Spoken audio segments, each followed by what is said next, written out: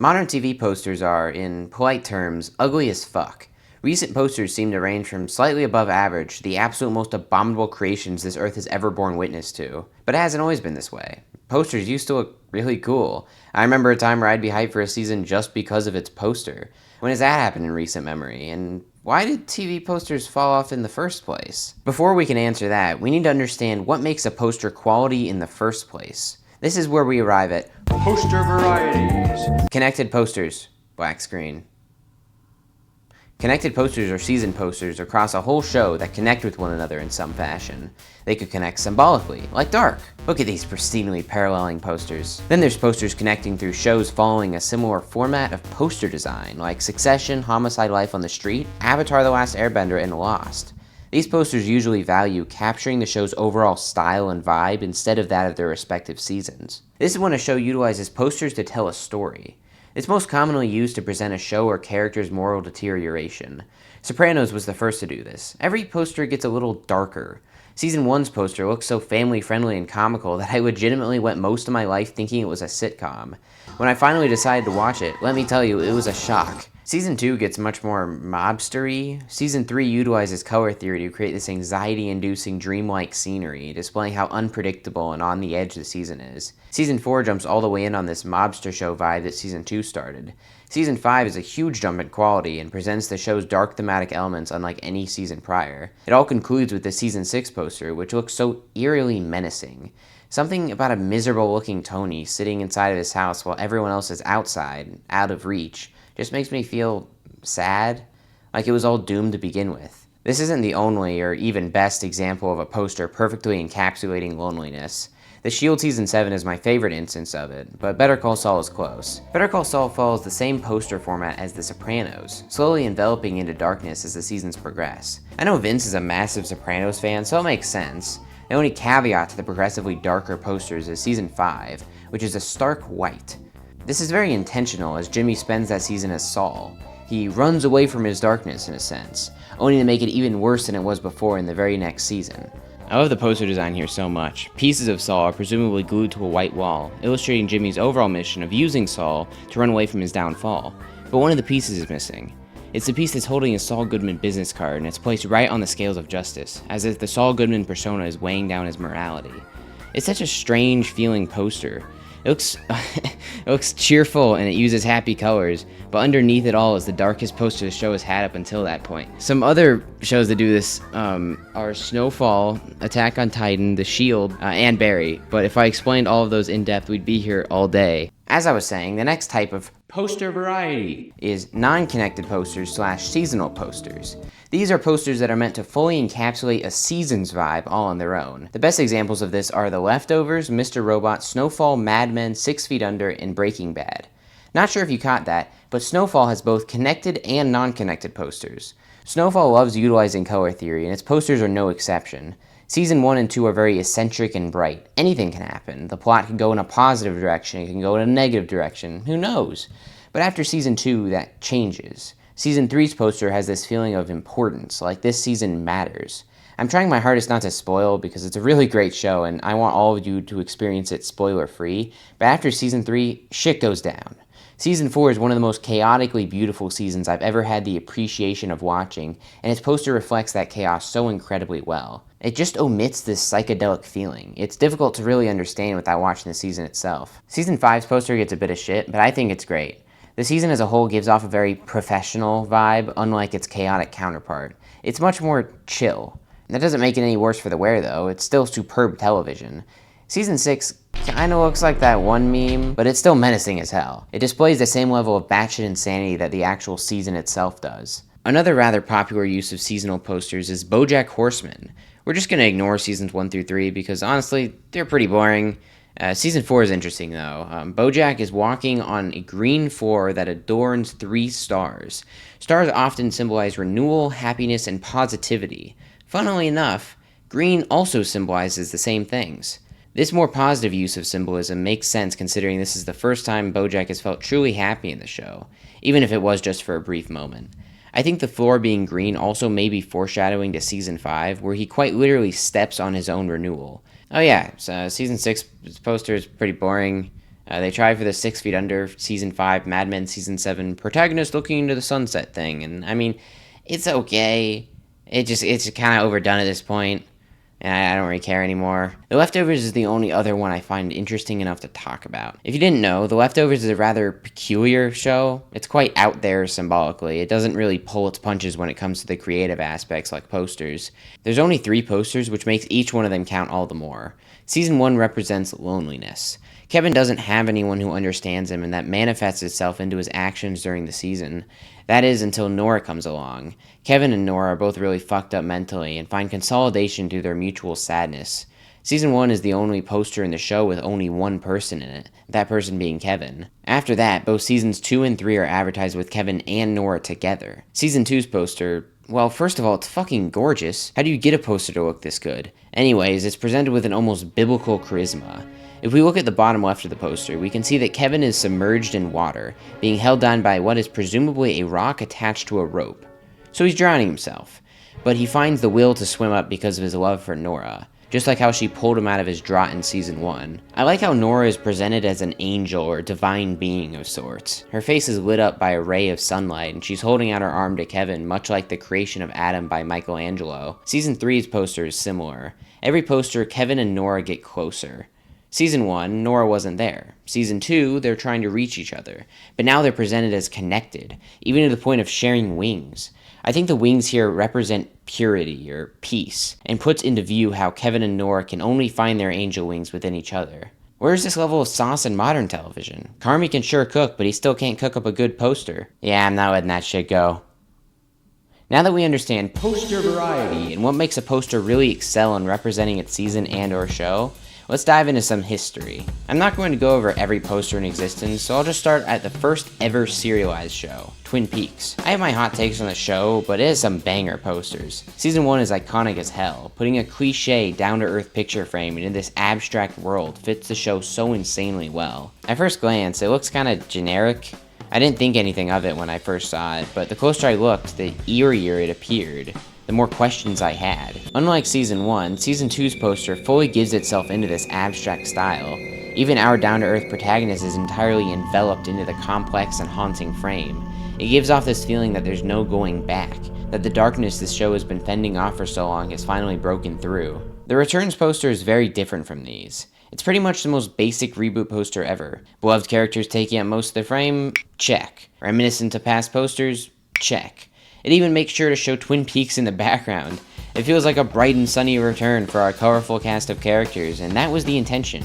However, the season would not be so sunny. The whole of the return is a play on reboots. They put on this facade of simplicity, amping you up for a season of fan service and callbacks, as if this were going to play out like any other generic reboot, even though it would do anything but. Really clever poster design. The next notable show is Homicide: Life on the Street, which premiered in 1993. Just 3 years after Twin Peaks. Such an incredible piece of television that unfortunately gets paved over in the modern television world. Homicide posters follow a rather simple format. A case folder-like vibe with the season number on top, show name right below it, and some pictures of scenes that appear in the season right at the bottom. Even while being very simple, I think these do the job really well. The folder-esque look makes it feel very professional, while the pictures indicate how the season is going to go. Season 1 is very laid back, but it feels weirdly anticipatory. Season 3 feels very action-packed and intense, and Season 4 feels fucking boring like the season is. Season 5 feels like a jump in quality. The pictures are much more saturated, along with the poster color perfectly encapsulating the tone of the season. My favorite Homicide poster has to go to Season 6. It's a combination of every poster so far, the professional looking style, the intense seeming pictures at the bottom, and the great use of color theory with the color orange. The color orange induces anxiety, which really couldn't be better fit for how batshit crazy the season is. And Season 7 is boring again. I didn't say every poster of the show is good. I do think it feels final though, so I guess it's not all that bad. Some other posters around this time period were Oz, Evangelion, The X-Files, and Cowboy Bebop. These were all okay and do their job well enough, but they're not nearly interesting enough to talk about in detail. Overall, the first age of prestige television already seemed to have posters down.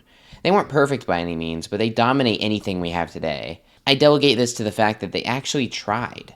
If your posters aren't going to mean anything, then they should at least look good. but modern television doesn't seem to understand that. The next phase of shows is considered the first golden age of television. We've got the motherfucking Sopranos, we've got The West Wing, then we have Band of Brothers, 6 Feet Under, The Wire, Monster, Dexter, Avatar, The Last Airbender, 24, The Shield, Lost, Prison Break, Death Note, and Good Kid, Mad Men. Now there are a lot of shows here, but not all of them have the most interesting posters ever. The West Wing posters are sort of just a repeat of the same thing over and over again. Band of Brothers is about what you'd expect from a war-themed show. 24 ranges from, this is bearable, to whoever made this is going to burn in hell. Monster's pretty basic, Avatar's basic, thinking about Prison Break gives me brain hemorrhages, Dexter is actually pretty fire. I don't know what they were cooking when they made these, but god damn they're good. I remember seeing the season 4 poster for the first time and being entirely convinced that Dexter was a show about a babysitter by day, serial killer by night. Man, I was disappointed when I found out that assumption was only slightly wrong. Dexter posters remind me of a show heavily inspired by it, Mr. Robot. They don't particularly do much storytelling on their own, nor are they the most impeccable thing ever, but damn do they look good, outside of season 3 and 8. What were they doing here? You look so goofy, bro.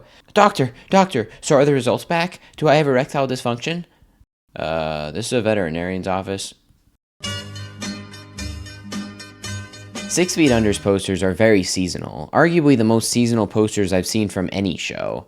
Season 1 is this symbolic 3D art looking thing. Season 2 is literally just a snapshot of the intro sequence. Season 3 looks like it's taken straight out of The Sopranos. Season 4 goes back to not showing characters, and they even sneak the Season 2 poster in there. And Season 5 goes down as one of the most iconic TV posters ever. A white and green car driving off into the sunset.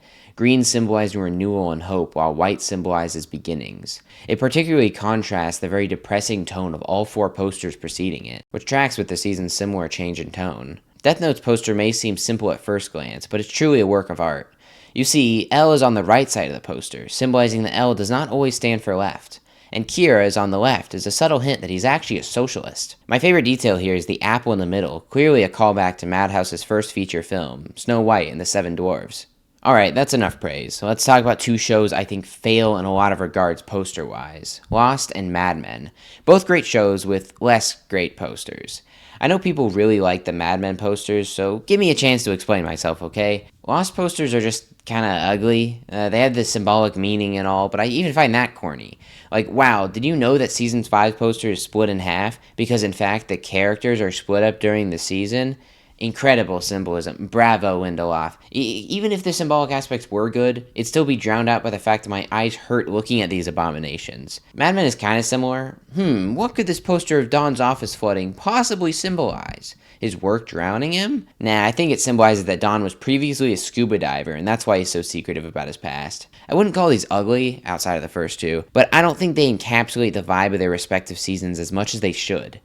I do like the ones from Season 5 and onwards, though. The last 2 shows of the first Golden Age I'm going to be covering are both cop shows, funnily enough. The Wire and The Shield.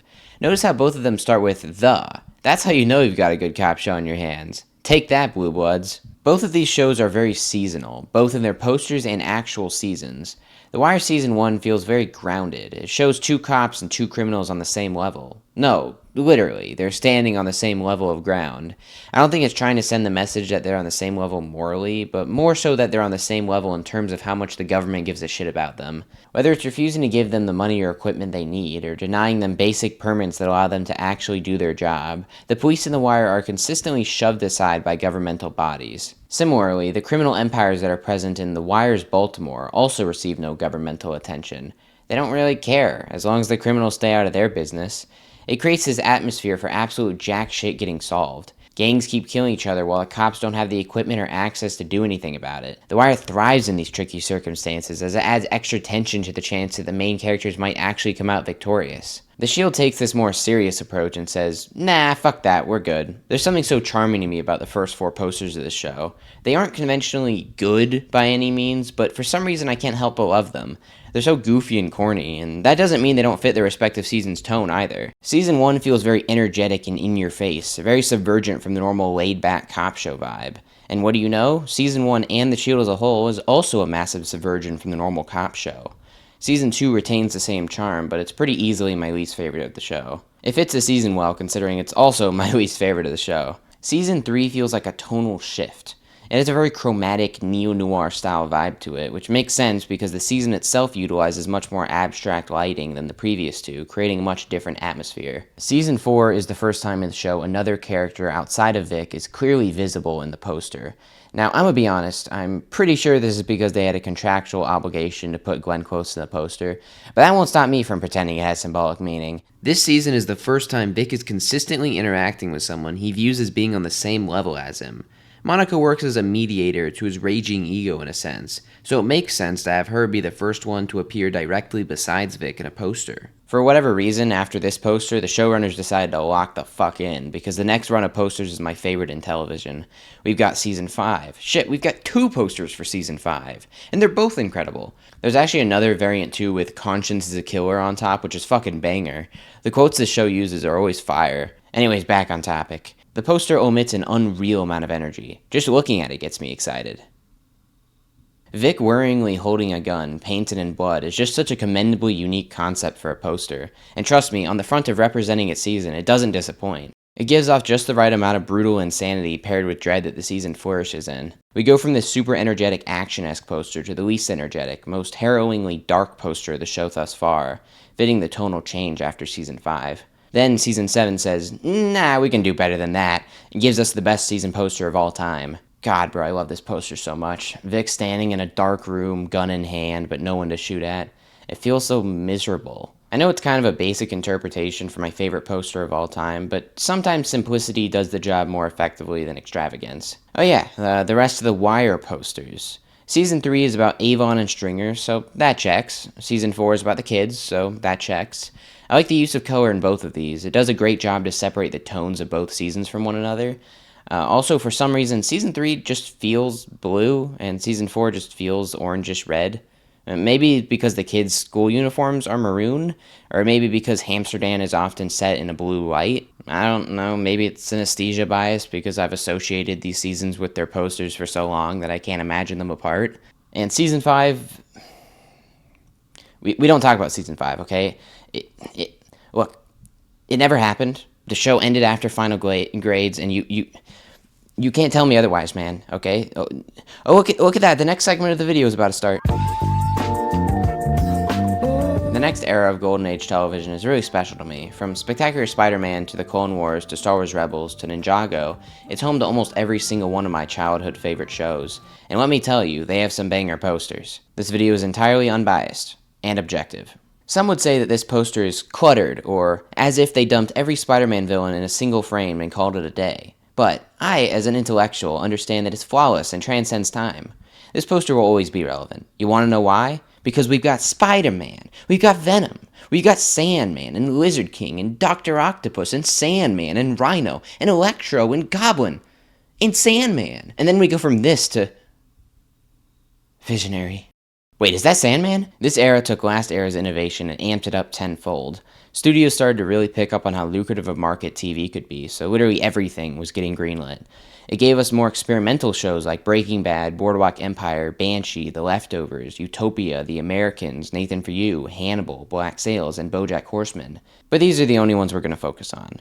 The rest are either posters I've already covered, or they're just not that interesting to talk about. None of them are bad, though, except Hannibal Season 2. Banshee has one of the most unique poster styles I've seen in a TV show. They're these 3D comic-inspired drawings. Each one of them portrays some sort of violence. There's always someone dead. The first poster matches Season 1 aesthetic so well. It's very heavy contrast, its use of dark red, which is often seen in Proctor's Club, and the sheer brutality of it rhymes with the season so well. The second poster is rather experimental. Its lighting and aesthetic starkly opposes Season 1's, and the brutality is much more escalatory. It's easily the most different in the show, but I also consider it to be the worst. It's constantly trying to escalate and differ from the season prior, but ultimately they fail in a lot of ways, resulting in a rather jumbled season. I mean season poster, because I'm talking about the season. Poster. Season 3's poster could not be a more beautifully accurate representation of its season. It has heavy uses of symbolism, like a Native American cop presumably being shot in the back by other Native Americans. But on top of all its meaning, it also looks fucking rad. The colors here, my god, the use of yellow on blue with red violently intruding on their contrast, just so fucking good. It's perfect, and goes down as one of my favorite season posters of all time. Season 4's is okay, looks decent. It obviously means a lot to the season for reasons spoilers prevent me from saying, but it just doesn't live up to Season 1 or 3's design. What happens when, instead of over-designing every detail of a poster, they just say, fuck it, and throw the show title onto a colored background? Well, I think you'd get Utopia. The show is super eccentric and out there, so reining all of that in with hyper-simplistic posters is a perfect contrast. In a way, it takes all of the show's complexity and whittles it down to nothing but a minimalistic, saturated poster. Season 1's poster is all yellow, except for a few bloody footprints. Season 2's poster is all green, except for a man looking directly at you with a spyglass. Most of the space in these posters is left empty. It exudes confidence, as if the showrunners are so sure they struck gold that this is all they attempt to entice people with.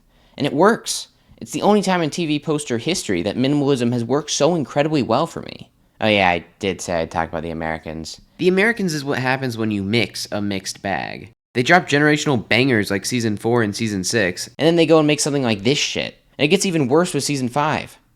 Multiple people actually agreed to let this poster exist. There aren't really any instances of hidden symbolism I could find in any of these, except if you want to consider Russian spies peeking through an American flag as symbolism. The other side of how lucrative TV was becoming was the influx of massive financial investment into shows.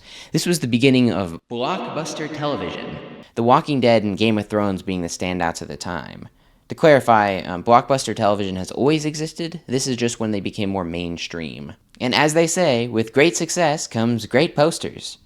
Or was it the other way around? Both of these shows' debut seasons would go down in history as some of the most iconic TV posters of all time. Like, what can I say to make these better than they already are? If I knew nothing about television and I stumbled upon these posters paired with their respective show titles, I'd already be hooked. Game of Thrones makes the show sound pretty corny.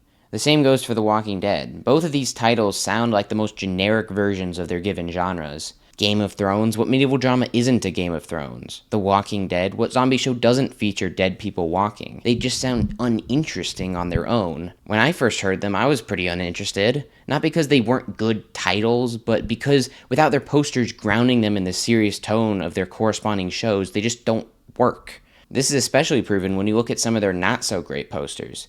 Game of Thrones Season 8 poster makes it look like the most basic fantasy genre show ever. And because of that, the show's title also carries that burden. The Walking Dead Season 8 does the same thing. It's normal and good to associate shows' names with their posters. Posters and titles are supposed to represent what a show is. So when posters like Game of Thrones Season 6 go against the very crux of a show's tone, it forever taints your positive feelings towards it. It's also notable that a show's poster fall-off tends to be obscenely consistent with the show's actual fall-off. The Walking Dead posters slap until Season 8. The Season 9's is pretty good again.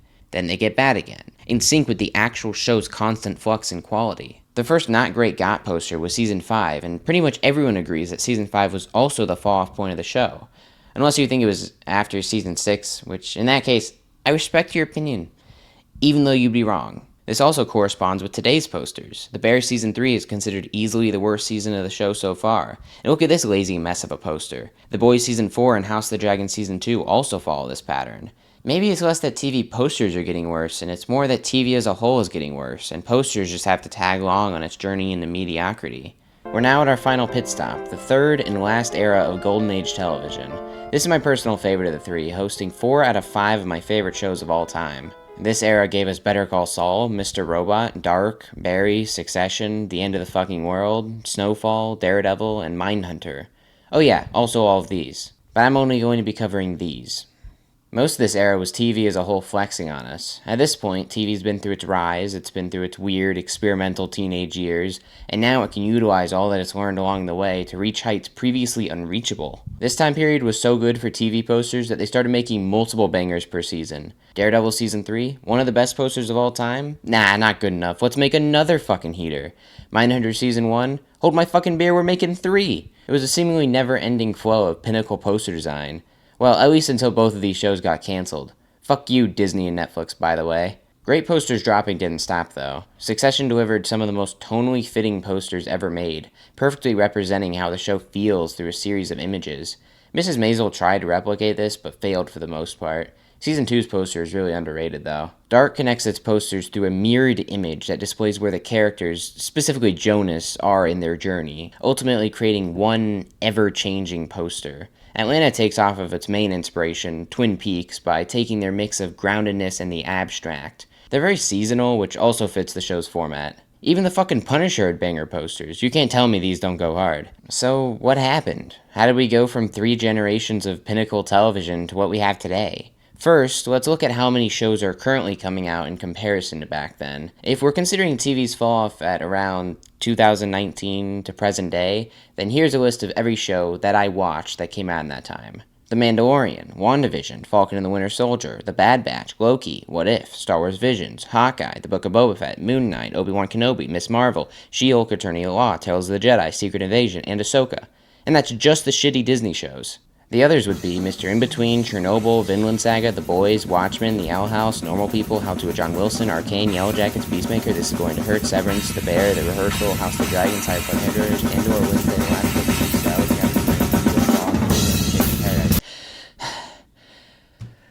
Seem like a lot? Well, that's because it is. TV has become one of the most oversaturated markets in the art space. What was once a land of prestige is now nothing but a playground for corporations. Truly great posters and shows are only made through people who genuinely care. And if studios are funding shows by the bucket load, they want to make sure their investment is well spent, aka making sure every show fits the specific niche market they're going for, which involves a lot of studio interference. This results in passionate people not being able to get their ideas greenlit, which leads to less good shows, which creates a lower average quality of posters. That's the first reason I thought of, and it applies to a solid portion of the shows from this era, but it's not like there haven't been good posters recently. In fact, it's not like there haven't been good seasons lately. The Bear, The Boys, Severance, and House of the Dragon were all great new shows with seemingly minimal studio involvement before last year. I thought, did anything happen last year that could cause so many shows to fall off? And ultimately, I arrived at the 2023 writer's strike. Obviously, I'm writing this in 2025. 2023 was 2 years ago. But most shows are written at least a year before they're released. After all, writers need time to create their art. So, if the Writers Guild of America was on strike from May 2nd, 2023 to September 27th, 2023, 5 months, then how do they still meet their 2024 deadlines? Well, they just wrote worse scripts. It's not uncommon for a season to reveal their cards through a poster. Whether they're good or bad, usually you can tell the general quality of a season just by looking at them. It's one of the only means of giving non-watchers insight into the quirks and qualities of any respective show.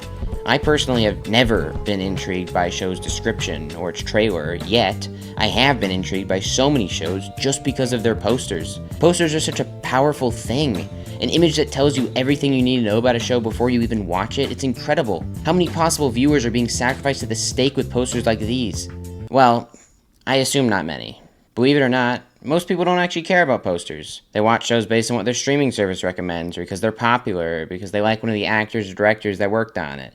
Posters' only job in the modern state of TV is to hold visual space next to the show's given name, to show people that we tried, I guess. This is why, I believe, after the writer's strike, which forced studios to pay their writers more, they cut the costs of the only thing they could see as useless and expendable enough to get rid of.